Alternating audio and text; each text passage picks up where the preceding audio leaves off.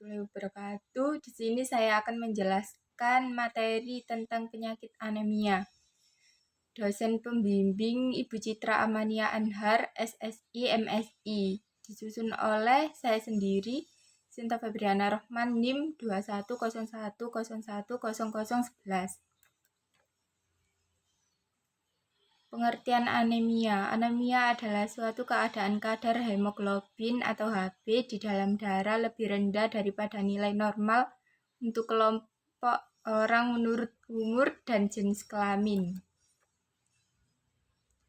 Penyebab anemia. Anemia terjadi ketika tubuh kekurangan sel darah merah sehat atau hemoglobin.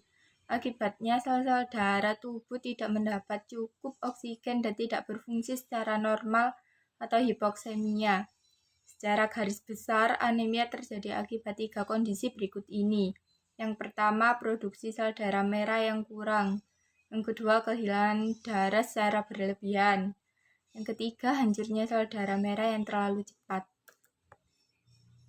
Gejala-gejala anemia yaitu lemas dan cepat lelah, kedua sakit kepala dan pusing, sering mengantuk, misalnya mengantuk setelah makan, kulit terlihat pucat atau kekuningan, detak jantung tidak teratur, nafas pendek, nyeri dada, dan yang terakhir dingin di tangan dan kaki.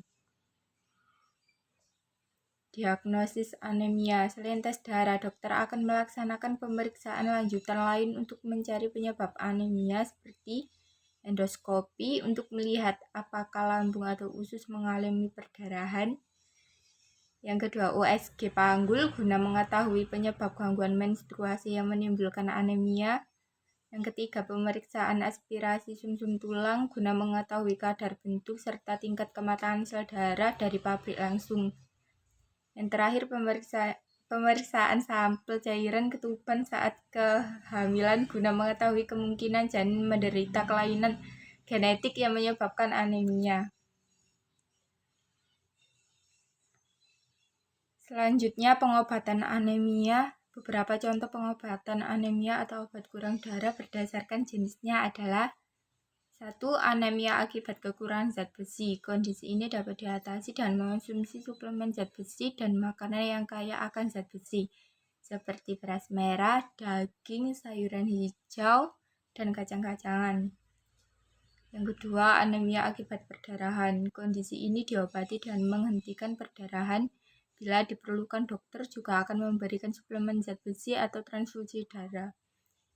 Yang ketiga, anemia aplastik. Pengobatannya yaitu dengan transfusi darah untuk meningkatkan jumlah sel darah merah atau transplantasi atau cangkok sumsum tulang bila sumsum tulang pasien tidak bisa lagi menghasilkan sel darah merah yang sehat.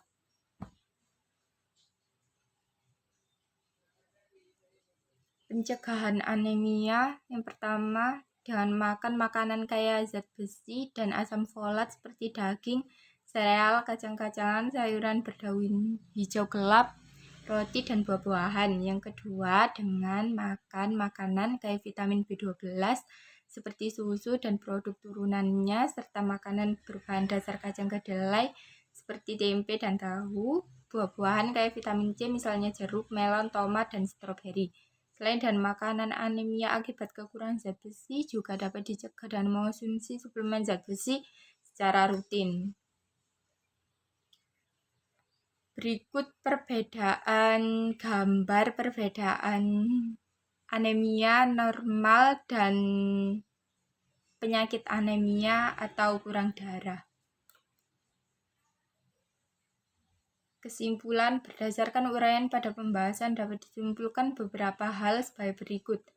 Anemia merupakan penurunan jumlah hemoglobin darah, masih menjadi permasalahan kesehatan saat ini, serta merupakan jenis malnutrisi dan prevalensi tertinggi di dunia. Sekian presentasi dari saya. Bila ada kurangnya mohon maaf yang sebesar-besarnya. Wassalamualaikum warahmatullahi wabarakatuh.